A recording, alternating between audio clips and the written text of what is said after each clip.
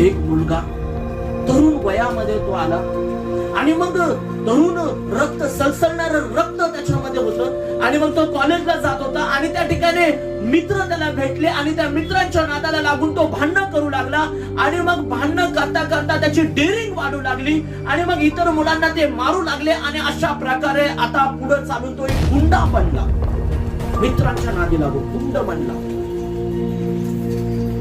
आणि मग गुंडागिरी आता त्याची वाढत आहे. लोकांकडून हप्ते घेत आहे, लोकांवर दादागिरी करत आहे. अनेक परिवारांमध्ये दुःख त्याच्यामुळे आलेलं आहे. अनेक मुलांना त्याने मारलेलं आहे, अनेकांची मुलं अधू त्याने केलेले आहेत. अनेक परिवारांवर अश्रू वाहण्याची वेळ अनेक परिवारांवर त्याने आणलेली आहे. पण असं झालं की एक दिवस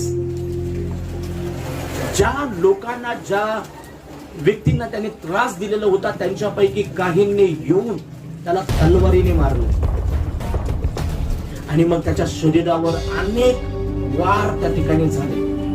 रक्ताच्या थारोड्यामध्ये तो पडला आणि पडल्यानंतर हॉस्पिटलमध्ये आता घेऊन गेलो. डॉक्टर ट्रीटमेंट करत आहे, घरातले लोक रडत आहेत. पत्नी छोटं लेकरू घेऊन त्या दवाखान्यामध्ये आली आणि ती रडत आहे. डॉक्टरने सांगितलं की त्याची काही गॅरंटी आम्ही देऊ शकत नाही. आणि मग पत्नीला भेटण्यासाठी आतमध्ये सोडलं. त्या पत्नीकडे पाहून तो रडू लागला, त्याच्या डोळ्यांमधून पाणी येत.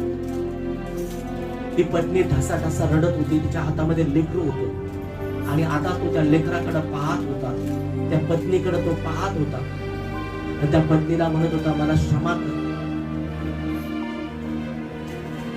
माझ्या चुकीच्या गोष्टींमुळे, माझ्या चुकीच्या निर्णयांमुळे, माझ्या चुकीच्या वागण्यामुळे आज तुला विधवा होण्याची वेळ आली. माझं लेकरू अतिशय छोटं आहे, बाप काय आहे त्याला कळतही नाही आणि बाप काय आहे कळण्याच्या आधीच मी मरत आहे. मला क्षमा कर, मला जगण्याची फार इच्छा आहे. जर मी वाचलो हे मी सर्व सोडून देईन. मी परत कधी भांडण करणार नाही, कधीही वाईट अशा प्रकारे वागणार नाही. परंतु शेवटी पाप झाला. त्या भयंकर स्वभावाने, त्या गलत केलेल्या निवडणी त्याचा जीव. परमेश्वराच्या लोकांना एक गलत निर्णय आमचं जीवन खतम करू शकतो.